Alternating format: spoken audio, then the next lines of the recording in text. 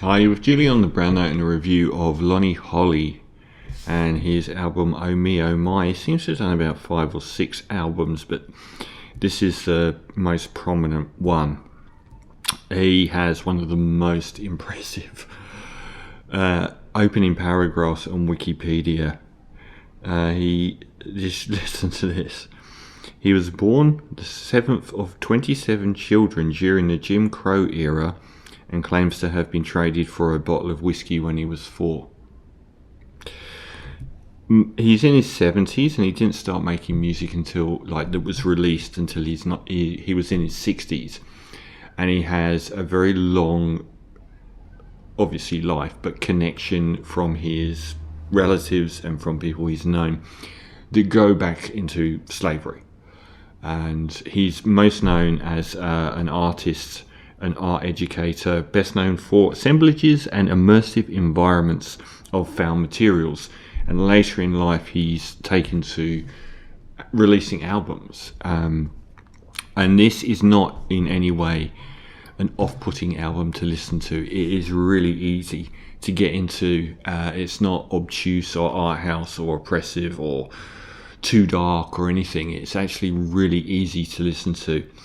The opening track Tested is a lot of this album is really sort of hymnal, transcendental sort of ballads, very sort of still piano chords, and the other side of the album is much more interesting sort of textural music. I Am Part of the Wonder. It sets a stall on the album. I believe More Mother appears on this track, but it kind of made me feel like that excellent Gil Scott-Heron album that he did with Jamie XX back in probably, 2010, something like that, around that era. But if that album had been done by someone like Nicholas Jarre, perhaps, and that I Am Part of the Wonder, it's got a great soundstage, the texture, it's very funky, and it's got a great bass line on it as well. And it's fun. It's a really up-tempo, fun song. Oh Me Oh My, the title track, again dips into this sort of transcendental ballad, almost an ambient free jazz vibe. Very cinematic quality to it. It's got a very wide soundstage as well. Track 4, Earth Will Be There. It starts on that same vein but bleeds into this much more ominous and industrial soundscape with this sort of loping funk going on. And some of the spoken word and the lyrics, The Strength of My Grandmother's Hands, is repeated over and over.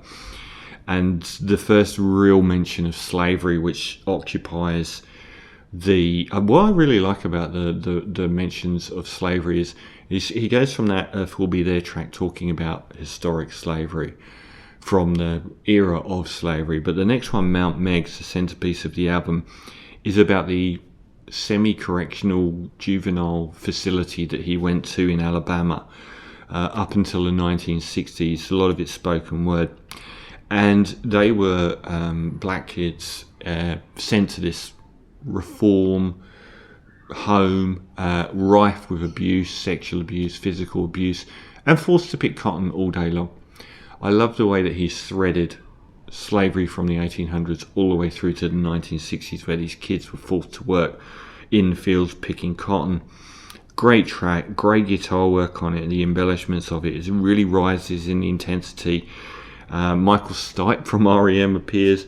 The live drumming, breakbeats, great, and much more less into ambient free jazz and actual free atonal jazz, which is great. Track 6, Better Get That Crop In, made me think of that 12 Years a Slave track. Was it Better Pick That Cotton, which what this kid sings in the field, and it's got this almost avant tribal rhythm. It reminded me of Tom Waits and the kind of music he started making with Swordfish trombones and Rain Dogs. Kindness Will Follow, instantly recognisable after that pretty shattering run of 3 tracks in a row which dealt with slavery. Kindness Will Follow is Bon Iver's, Justin Vernon's multi-layered vocal harmonies are an instant balm there. We're very welcome at that point. None of Us Have But a Little While follows on from that. Again, it's offering hopefulness and positivity often out of the darkness. His voice, he's singing throughout, is amazing. He's got a really good voice. It's often quite gentle, but still really powerful. But reminded me a bit of Van Morrison on that track.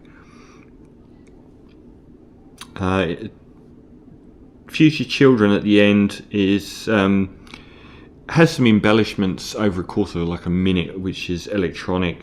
Before that, though, I Can't Hush has some. It reminded me of Sun Ra, that sort of celestial Afrocentric sort of vibe that Sun Ra had on his music. And I Need a Black Rope, and he's talking about his connection with the black community.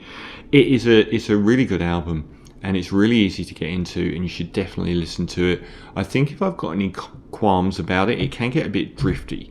And when it's in that mid-section with Mount Megs and that I Am Part of the Wonder, the second track, I wish it had doubled down a little bit more on those more intense and livelier arrangements than the more sort of cerebral drifting ballads, often with spoken word bits over them, because it can feel a bit, if you focus on it, it can feel a bit drifty at times, but it's still really good and well worth listening to, and his voice is worth it on its own. So I'm going to give Lonnie Holley, Oh Me Oh My, a 8 out of 10.